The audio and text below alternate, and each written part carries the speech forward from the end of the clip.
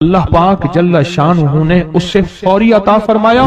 اللہ نے آج تک اس دعا کے مانگے کا رد نہیں فرمایا. ایک واقعہ ہے حضرت علی کرم اللہ وجہہ کا. حضرت علی ایک سفر میں تجارت کے سفر میں تشریف لے گئے. سفر تجارت میں آپ تشریف لے گئے. جب وہاں آپ تشریف لے گئے تو دیکھا ایک شخص ہے جھونپڑی, اس میں سے کرہانے کی آواز آ رہی ہے. آپ اندر تشریف لے گئے تو صاحب خانہ نے اندر سے آواز دی, جو بھی صاحب آ رہے ہیں اجازت سے آئیں. سمجھ گئے اندر مستورات ہیں. وہ صاحب باہر تشریف لے آئے تو پوچھا کیا ہوا, کرہانے کی آواز کیا ہے؟ کہا میری بیٹی ہے, جنگل میں لکڑیاں لینے گئی, اس کے اوپر ایک درخت گر گیا کاٹتے کاٹتے, اور اس کی وجہ سے اس کی کمر ٹوٹ گئی ہے. اب یہ بستر میں پڑی ہے, اب یہ بیچاری تکلیفوں اور دکھوں میں. آپ نے فرمایا کوئی مسئلہ نہیں, میں ایک عمل کرتا ہوں, تو ایسا کر صرف اس کا کپڑا لے آ. آپ نے اس کے کپڑے کو سامنے رکھا, اس کو کہا اس کو پکڑ, اور اس کی طرف یوں انگلی کی, اور یہ دعا جو اب ہم پڑھنے لگے ہیں, بس یہ دعا پڑھی, اور صرف چند بار ہی پڑھی تھی, اندر آوازیں خاموش ہو گئیں, چپ ہو گئی. آپ نے فرمایا پوچھو جا کے. آپ وہ بندہ اندر گیا تو واپس آیا, کہا بیٹی کو نیند آ گئی ہے, آج کئی ہفتے ہو گئے ہیں سو نہیں سکی, در سے کرہا رہی تھی, اس کو نیند آ گئی ہے. آپ فرمانے لگے میں سفر میں جا رہا ہوں, جب واپس آؤں گا نا پھر پوچھوں گا, اگر کوئی تکلیف ہوئی تو پھر دم کروں گا, پھر دعا کروں گا, اور انشاءاللہ ٹھیک ہو جائے گی. آپ چلے گئے, آگے تشریف لے گئے تو آپ کے ہم سفر تھے, ان کی سواریاں تھیں. ان میں سے ایک گھوڑا تھا جس گھوڑے کو ٹھوکر لگی, چوٹ لگی, اس کے اگلے پاؤں کی ہڈی گھٹنا باہر نکل گیا. وہ ایک طرف ہو کے بیٹھ گیا, اس کا گھوڑا چل نہیں سکتا تھا. اس نے آ کے حضرت علی کرم اللہ درخواست کی کہ آقا اس کے لیے کچھ فرما دیں. فرمایا میں اس کے لیے دعا کرتا ہوں, یہ ٹھیک ہو جائے گا. اور آپ نے دعا پڑھنا شروع کر دی, اور فرمایا یہ اس کے ہاتھ پہ, اس کی ٹانگ پہ آپ نے ہاتھ پھیر دیا, جو معذور تھی ٹوٹی ہوئی نکلیا ہوا گھٹنا تھا. فرمایا ٹھیک ہو گیا. اور قافلے والوں نے دیکھا وہ گھوڑا سب سے آگے تھا, سب سے سبک رفتار تھا, اور سب سے لاجواب تھا. آگے ایک جگہ تشریف لے گئے تو قافلے کو پیاس لگی, پانی کی ضرورت تھی. کنواں دیکھا تو کنواں خشک تھا. آپ نے فرمایا کوئی بات نہیں, یہ دعا پڑھی, اور دعا کو پڑھ کے اپنا لعاب کنویں میں ڈال دیا. فرمایا کنویں میں پانی کا ایک جوش اٹھا, اور پانی اٹھا اور منڈیر سے باہر نکلا. لوگ پینے لگے تو آپ نے روک دیا. فرمایا مت پیو, کنویں کا جو کھڑا کالا پانی ہے وہ نکل جائے, اور پھر شفاف پانی جب نکلا فرمایا یہ پانی پیو, مشکیزیں بھرو, سواریوں کو پلاؤ. قافلہ چلتا رہا. آگے تشریف لے گئے, آگے دیکھا تو کھانا ختم ہو گیا. اتنا کھانا تھا کہ اب کھا لیں, آئندہ کیسے کھائیں گے؟ تو آپ نے فرمایا جو کھانا ہے لے آؤ. آپ نے کھانے کو رکھا, اوپر کپڑا ڈال دیا, اور یہ دعا پڑھنی شروع کر دی جو ابھی ہم بیٹھ کے پڑھیں گے. خوش قسمت ہیں. اور کپڑا ڈال کے فرمایا دعا فرمائی, یہ عمل فرمایا, یہ دعا پڑھی, اور اس کے بعد فرمایا دیکھو کھا لیا. اور فرمایا ہمارا 17 دن کا سفر تھا, اس 17 دن میں ہم نے کھایا, لوگوں کو کھلایا, جہاں لوگ آتے تھے ان کو بٹھاتے تھے. دسترخوان ہمارا تھا چند افراد کا, پھر سینکڑوں لوگوں نے کھایا. 17 دن کے سفر میں تھوڑی سی کمی بھی نہ ہوئی. جب گھر لوٹے تو وہی کا وہی ہمارا خزانہ, کھانا وہی سارا توشہ موجود تھا. آگے تشریف لے گئے تو ایک تجارت میں ایک دیکھا تو ایک بندہ ہے ٹھیکریوں پہ ٹھیکریاں مار رہا ہے. آپ اس کی طرف تشریف لے گئے, آپ نے اس کو جا کے دیکھا, لگتا ہے کہ تو پرانا جواری ہے. اس نے کہا جوا کھیلتا تھا, سب کچھ ہار بیٹھا ہوں, ہر چیز زندگی ختم ہو گئی ہے. آپ نے فرمایا اچھا ایسا کر توبہ کی نیت کر لے, اللہ سے توبہ کر لے, اور پھر میں تیرے لیے دعا بھی کرتا ہوں, عمل بھی کرتا ہوں. تو ایسا کر پتھر پہ پتھر مار, تیرا ہر پتھر سونے کا بنتا جائے گا. آپ بیٹھ گئے, اس نے ویسے ہی پتھر پہ پتھر مارا, اور جیسے بیچارہ بے بسی کی حالت میں پہلے مار رہا تھا, آپ نے دعا کرنی شروع کر دی, یہ دعا پڑھنی شروع کر دی. اور دعا پڑھتے پڑھتے دیکھا تو لوگوں نے پتھروں کی شکلیں بدلنا شروع ہو گئی, اور جو پتھر بھی اس کے ہاتھ میں آیا تھا وہ سارے پتھر سونے کے بن گئے. آپ نے سارا سونا اس کو دیا, چل پڑے. سفر میں آگے جاتے جاتے دیکھا کہ ایک شخص ہے, اس کے ساتھ ایک بچہ ہے, ایک بوڑھی عورت ہے, ایک بوڑھا گدھا ہے. اور وہ سارے پیدل چل رہے ہیں، گدھے کو سواری کو ساتھ لیے ہوئے۔ تو آپ نے پوچھا کیا ہوا؟ انہوں نے کہا ایک سانپ ہے جو اس گدھے کے پہ مسلط ہے، اس سامنے بیٹھا ہے، وہ نیچے نہیں اتر رہا، ہم نے مارنے کی کوشش کی ہے، اس کی پھنکار سے عصا جل جاتا ہے، اور جلا ہوا عصا دکھایا، ڈنڈا جلا ہوا دکھایا کہ ایک پھنکار سے ڈنڈا جل جاتا ہے، وہ مسلط ہے گدھے پہ، ہم پیدل چل رہے ہیں، منزل پہ ہے، سانپ مسلط ہے، اس کا کوئی حل نہیں۔ آپ نے فرمایا اس گدھے کو اس جھاڑی سے، اس درخت سے باندھ دو، اور باندھ کے آپ قبلہ رخ ہوئے اور یہ دعا پڑھنی شروع کر دی، اور فرمایا پھر دوسرے رخ ہوئے اور یہ دعا پڑھنی شروع کر دی، اور تیسرے رخ ہوئے اور دعا پڑھنے کے بعد آپ نے اس سانپ پہ پھونک مارا، سانپ چونٹی بن کے چھلانگ لگائی اور غائب ہو گیا۔ تو انہوں نے پوچھا آقا یہ کیا تھا؟ فرمایا یہ تمہارے اوپر ایک دشمن جن مسلط تھا جو کہ تمہاری جانوں اور عزتوں کا لٹیرا تھا۔ آخرکار آپ کے غلام نے آپ سے پوچھا آقا اگر آپ یہ دعا ہمیں سکھا دیں، چشمہ فیض سے گر ایک اشارہ ہو جائے، چشمہ فیض سے گر ایک اشارہ ہو جائے، لطف ہو آپ کا اور کام ہمارا ہو جائے۔ آئیں بسم اللہ کر کے اس دعا کو پہلے سنتے ہیں۔ یا وہاب حبلی من نعمت الدنیا والآخرہ انک انت الوہاب۔ اللہ کے ولیوں نے اپنی کتابوں میں ایک بات لکھی ہے، ہم نے جب بھی اس دعا کو پڑھا اللہ پاک جل شانہ نے اس سے فوری عطا فرمایا، ورنہ اس کی نسبت عطا فرمائی، اور ورنہ چند لمحوں میں عطا فرمایا، ورنہ چند دنوں میں۔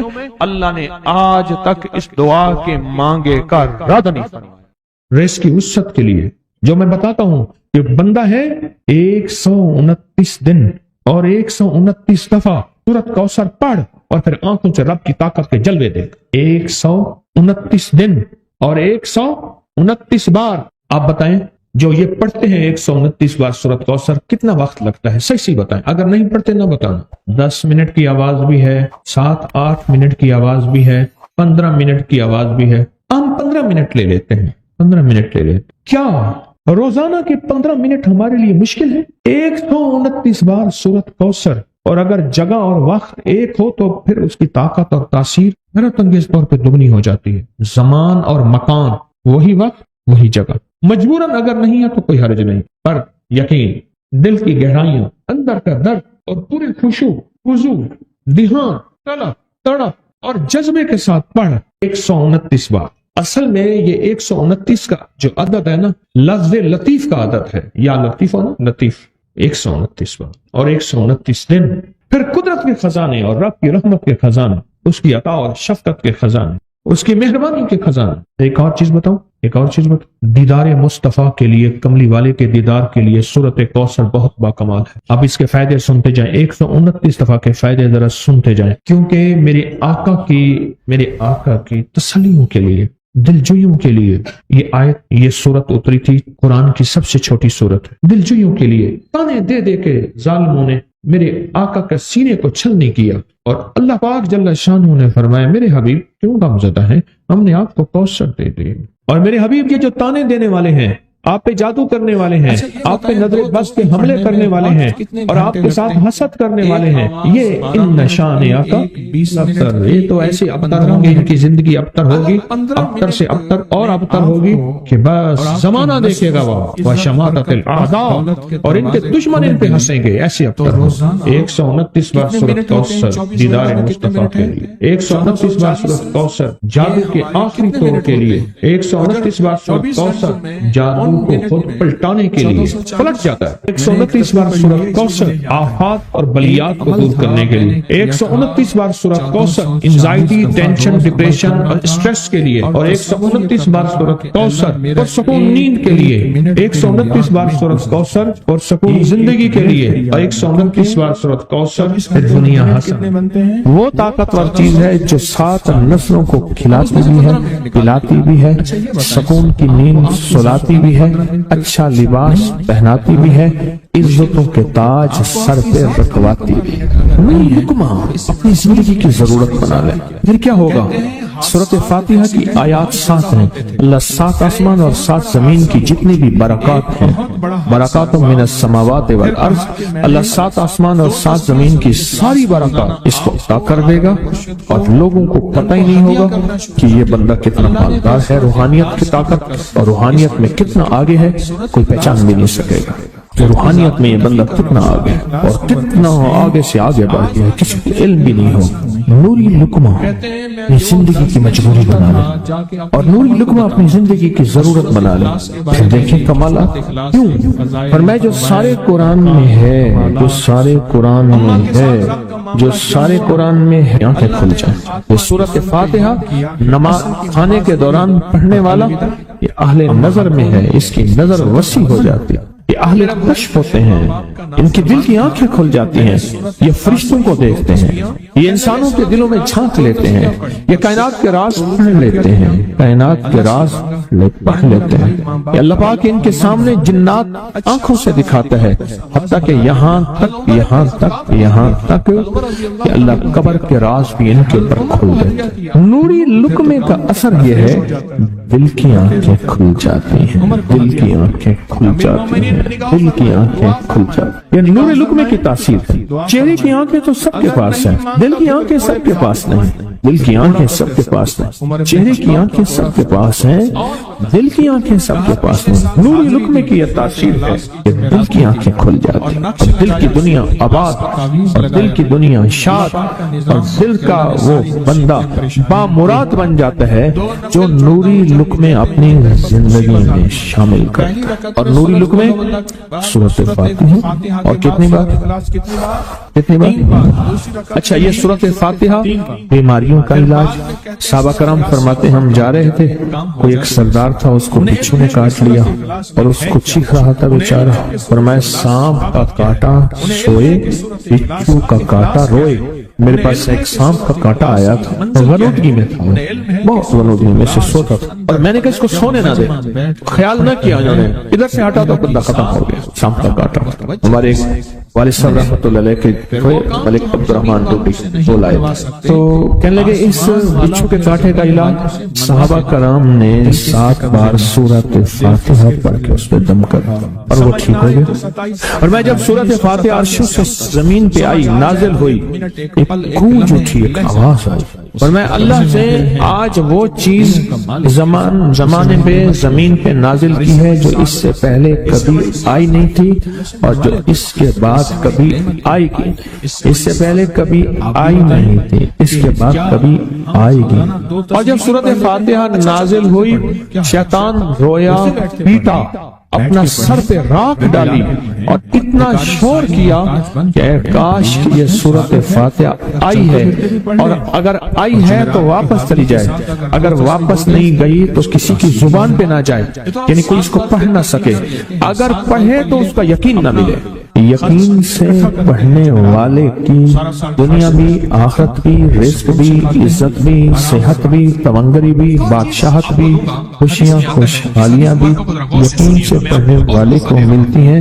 اور اس لیے آج بھی شیطان سورۃ فاتحہ سے لرزتا ہے کہ سورۃ فاتحہ پڑھنے سے جنات اور شیاطین ایسے دور ہوتے ہیں، ایسے کہ میلوں دور چلے جاتے ہیں اور اس بندے سے خوف زدہ ہوتے ہیں جو سورۃ فاتحہ پڑھتا ہے۔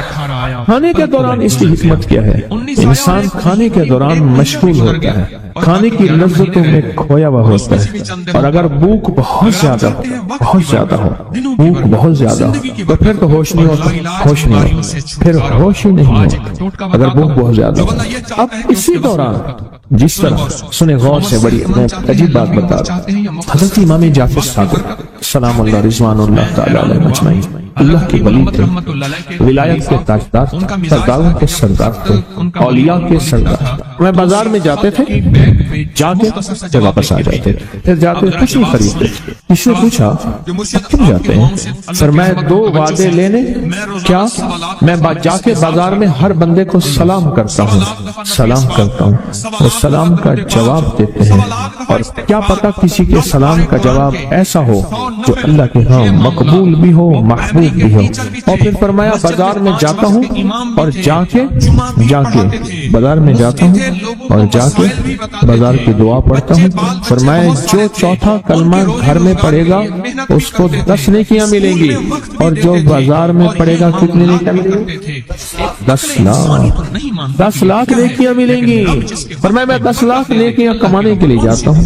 آل رسول کی محبتیں، عبادتوں کا حرص دیکھیں، ہمیں مال کا حرص، انہیں اعمال کا حرص۔ وہی دعا، وہی چوتھا کلمہ گھر میں پڑھیں، 10 نیکی ہیں، بازار میں پڑھیں کیونکہ وہ ہر بندہ مشغول ہے، دنیا میں، مال میں، چیزوں میں، بھاؤ تاؤ میں لگا ہوا ہے۔ وہی بازار میں پڑھیں تو 10 لاکھ نیکیاں۔ اسی طرح کھانے کے دوران جب لذت ہے، کھانے کے دوران ذائقہ ہے، اور کھانے کے دوران لذت اور ذائقے میں اگر کوئی بندہ سورۃ فاتحہ پڑھ لے تو اللہ کہتا ہے تو ان لذتوں میں مجھے نہ بھولا، ان کھانے کی چیزوں میں مجھے نہ بھولا، ان ساری کیفیتوں میں مجھے نہ بھولا۔ اللہ خوش ہوتا ہے، اور پھر اللہ جل شانہ اسے 7 آسمان اور 7 زمین کی برکتیں حوالے کر دیتا ہے، اور جس کے پاس 7 آسمان 7 زمین کی برکتیں ہوں، یہ ساری عبادتیں کھانے کے دوران کوئی معنی نہیں رکھتی، پھر ایسی سمیٹ کے اللہ کائنات کو اسے دے دیتا ہے۔ نوری لقمے کی تلاش کریں، نوری لقمہ زندگی میں لے آئیں، اور ایک خوشحال زندگی گزرے گی، بہت لاجواب زندگی گزرے گی۔ 7 دفعہ سورۃ فاتحہ سے قرضے اتر جاتے ہیں، 7 دفعہ سورۃ فاتحہ سے بیٹے مل جاتے ہیں، 7 دفعہ سورۃ فاتحہ سے نعمتیں، اور 7 دفعہ سورۃ فاتحہ وہ طاقتور چیز ہے جو 7 نسلوں کو کھلاتی بھی ہے، پلاتی بھی ہے، سکون کی نیند سلاتی بھی ہے، اچھا لباس پہناتی بھی ہے، عزتوں کے تاج سر پہ رکھواتی بھی۔ کہیں انشاءاللہ اب سوچیں کون سا مشکل عمل، بہت ضرورت عمل ہے، 1 منٹ کا کام ہے اور کام بن جاتا ہے۔ اور میں نے اس کی اجازت جتنی مشکل سے لی تھی نا، اس عمل بہت مشکل سے اجازت، اور جس دن لی تھی اسی دن فیصلہ کیا تھا انشاءاللہ اسے چھپاؤں گا نہیں، انسانیت مخلوق کو بتاؤں گا۔ اور یہ 7 دفعہ سورۃ فاتحہ جو دل کا مریض ہو مجھ جیسا اس کا بھی علاج ہے، جسمانی ہو یا روحانی۔ میں نے پچھلی دفعہ کہا نا کہ میں دل کا سخت مریض ہوں اور آج بھی ہوں، دعا کرو موت تک نہ رہوں، اور میں دل کا سخت روحانی مریض ہوں، جسمانی نہیں ہوں۔ میری پچھلی دفعہ کی وجہ سے پوری دنیا میں کوہرام مچا ہوا ہے کہ بابا گیا، جانا تو ہے، جانا تو لازم ہے۔ پچھلی دفعہ میں نے وہ کہہ دیا کہ میں دل کا سخت مریض ہوں، میرے لیے دعا کرو، وہ یہ مریض ہوں، روحانی مریض ہوں، روحانی مریض ہوں۔ یہ بیماری جو دل کی بیماری ہے نا، اس کا بھی علاج ہے، روحانی ہے یا جسمانی۔ جیسے میں دل کی روحانی بیماریوں کے بارے میں نے آپ کو کہا، میں سخت مریض ہوں دل کا، اللہ کرے اس کا مرض کا علاج ہو جائے۔ تو کھانا کھاتے ہوئے میرے دل کے لیے بھی آپ دعا کریں گے کہ اللہ بھی میرے دل کو ٹھیک کر دے، اللہ بھی ٹھیک کر دے۔ آپ مجھے بزرگ سمجھتے رہے اور اندر سے کام کھوکھلا ہو، یہ دل کی روحانی بیماریوں کا بھی علاج ہے، اور یہ جسم کی اور دل کی جسمانی بیماریوں کا بھی علاج ہے۔ یہ صحت مندی کا راز ہے، سورۃ فاتحہ ہے بابا، سورۃ فاتحہ، سورۃ فاتحہ۔ جو بندہ سورۃ فاتحہ پڑھتا ہے ایک بار، اللہ جل شانہ ان 7 آیات کی تاثیر اور طاقت اسے عطا فرماتے ہیں، اور 7 سمندروں میں جو غذا، رزق، طاقت اور قوت اللہ نے رکھی ہے اس کا حصہ اس بندے کو دیتے ہیں جو صرف ایک بار سورۃ فاتحہ۔ یہ جو وظیفے ہیں کسی درویش کی یا کوئی درویش نے جس کو اجازت ہے اس کی اجازت صحیح ہو، ہر بندہ اجازت دینا نہ شروع کر دے، اجازت کے پیچھے نسبتیں چاہیے، ان نسبتوں کی طاقت چاہیے۔ وہ جو اجازت ملتی ہے اس اجازت کے اندر جو تاثیر ہوتی ہے، اس میں جو کمال ہوتا ہے، اس میں جو اندر کی کیفیتیں ہوتی ہیں، اس اجازت سے نسلوں میں تمنگری، دولت، رزق، عزت، صحت ایسے بارش کی طرح برستی ہے۔ میرے جو مرشد تھے حضرت خواجہ سید محمد محمد عبداللہ حجویری رحمۃ اللہ علیہ میرے مرشد جو تھے وہ حضرت داتا صاحب کی سچی آل میں سے تھے. مجھے جاتے جاتے انہوں نے اجازت دی 1991 ستمبر میں اور مدینہ منورہ فرمایا میں جا رہا ہوں بس اب بقی میں اور بقی کے اندر جا کے سو گئے. اب بھی میں مرشد کے ہاں جاتا ہوں تو جنت البقیع کے قبرستان میں ان کی نسبتیں دیکھیں کتنی اونچی ہیں. پھر وہ نہیں 26 بڑی ہستیوں نے مجھے خلافتیں اجازتیں دی 26 سے بلکہ زیادہ اجازتیں اور خلافتیں دی اور ان کی توجہات ہیں ان کی پیچھے دعائیں ہیں اور پیچھے کامل کے ہاتھ ہیں. یہ روحانیت کی نسبتیں ہوتی ہیں روحانیت کی نسبتیں ہوتی ہیں. ان نسبتوں کے ساتھ جیسے آپ تصویر خانے میں ماشاءاللہ پوری دنیا میں لوگ یہاں آئے ہوئے ہیں اور بڑے بڑے ہستیاں یہاں آئی ہوئی ہیں جو مٹی ہو کے چٹائیوں پہ پڑی ہیں خواتین میں بھی مردوں میں بھی بڑے بڑے عہدوں والے عزت والے بڑے بڑے مقام والے یہاں اپنے مرشد خانے میں بے حیثیت ہو کے پڑے ہیں. جو بے حیثیت ہو کے آتا ہے اللہ اس کو عزت اور مقام اور حیثیت دے. کہنے لگا میں نے نا حمزات کو قابو کرنے کے لیے میں نے ایک عمل کیا. عمل یہ تھا کہ ایک بڑا سا تھال لے لے جیسے یہ گارے اور مٹی میں تھال ہوتے ہیں اس کا چراغ بنا لے اس میں 10 کلو تیل ڈالے اور بڑی ساری بتی ہو ٹھیک اس کی بتی جلائیں 10 کلو تیل جلنا ہے. کتنا تیل جلنا ہے اس کی بتی میں اس کی لو میں دیکھنا ہے اور پھر بیٹھنا اس انداز سے ہے کہ میرا سایہ ہو اور پھر میں اپنے سائے کو بھی دیکھوں لو کو بھی دیکھوں اور اس کے بعد یہ وظیفہ پڑھنا ہے. 40 دن میں یہ 10 کلو تیل جل جاتا ہے. دن رات بیٹھنا ہے اور اس کو پڑھنا. 30 دن جب گزرے تھے 30 دن گزرنے کے بعد اس کو نقشے نظر آنا شروع ہوئے. نقشے یہ نظر آنا شروع ہوئے کہ گھر ہے بچے ہیں کھیل رہے ہیں اماں بیٹھی ہے آپس میں بچے کو لڑ بھی رہے ہیں کھا بھی رہے ہیں پی بھی رہے ہیں. اس نے ادھر سے توجہ ہٹائی. مرشد نے فرمایا تھا کہ دیکھ میری نگرانی میں عمل کر رہا نقشے نظر آئیں گے کسی نقشے میں نہ توجہ کرنا نہ خوف کرنا. خوف بھی آئے گا چیزیں بھی آئیں گے نہ کرنا بس نہ کرنا. دوسرے دن اوپر سے نظر آیا پھر بچے ہیں کسی باغ میں کھیل رہے ہیں ایک بچہ پھر گم ہو جاتا ہے ماں روتی ہے اتنا روتی ہے اس کو رونا آ جاتا ہے. پھر خیال آیا مرشد نے فرمایا تھا کسی توجہ نہ کر. یہ کیا نقشہ شروع ہو گیا.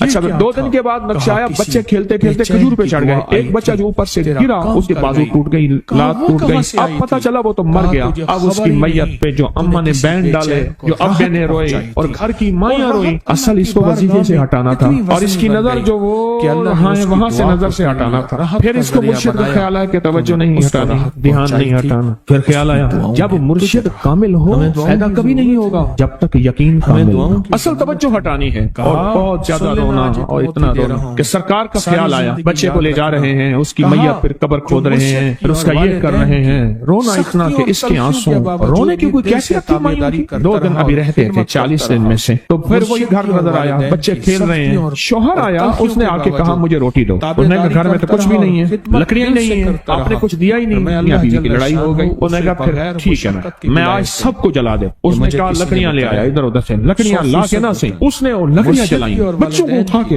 جو ڈالا آگ میں چیخیں نکلی بچوں. دوسرے کو پکڑ کے ڈالا تیسرے کو ڈالا چوتھے کو ڈالا آگ میں ڈالتا جا رہا ہے. مائی چیخ رہی ہے تو حرام ہے زندہ بچوں چھوٹے معصوموں کو آگ میں ڈال رہا. ڈالتے ڈالتے کہنے لگے تو بچ گئی ہے نہیں آ پھر پکڑ تجھے ڈالتا ہوں. جب اس کے ڈال کے کہنے لگا اب اس عامل کو تو بچ گیا ہے ایسے اس کو ایسے پکڑنے لگا اور پیچھے مرشد کا کھینچ کے تھپڑ اس کو آیا. جب کھینچ کے تھپڑا سارا نقشہ ختم ہو گیا. کہنے لگا یہ کیا تھا. مرشد کامل ایسا ہوئے جرا لولو دے وچ وسے ہو نال نگاہ دے پاک کریندا نہ صابن سچی کھتے ہو. یہ اس وقت ہوگا جب یقین ہوگا جب تیرا یقین کمزور ہے. مرشد کامل ہے یقین کامل نہیں ناکام رہے گا ساری زندگی تھرمامیٹر لگاتا رہے گا. کوئی کہہ دے گا کہ تیرا مرشد 1 نمبر ہے ولی ہے کہا سبحان اللہ. کوئی کہہ دے گا 2 نمبر ہے کہے توبہ توبہ. ساری عمر اسی زندگی میں رہے گا کبھی نہیں پا سکے گا. 40 دن کے بعد مرشد کی خدمت میں حاضر ہو اور سارے نقشے بتائے. فرمایا نہ بتاؤ ہم دیکھ رہے ہیں. علامہ فخر الدین رازی رحمۃ اللہ علیہ کا مشہور واقعہ ہے. مرید جو ہے آپ کا سینکڑوں میل دور اور وہ مرید وہ تھا جو ساری عمر اللہ کے وجود کو کہتا رہا کہ اللہ کے وجود کو نہ ماننے والے کہتے تھے کوئی اللہ نہیں ہے کہاں ہے دکھاؤ. ہر چیز خود بخود بن گئی ہے خود بخود ختم ہو جائے گی. ان کے پاس 100 دلیلیں تھیں. کتنی 100 دلیلیں تھیں اور آج تک ان کی دلیلوں کو کوئی توڑ نہیں سکا تھا اللہ کے وجود پہ. آخری وقت اور آخری وقت کے اندر ایک دروازہ کھٹکھٹایا کسی نے کہ جناب ایک بزرگ آپ سے ملنے آئے. وہ بزرگ ان کے دوست تھے پرانے. اوہو آپ کا آخری وقت ہے میں ملنے آیا. اور وہ بزرگ نہیں تھا وہ شیطان کی شکل بن کے آیا. اس نے آتے ہی وہ مسئلہ چھیڑ دیا. آج تک اس کی دلیلیں کوئی نہیں توڑ سکا تھا. یہ اس کی دلیل توڑ گیا. پہلی دلیل ٹوٹ گئی. اس نے دوسری دی اللہ ہے.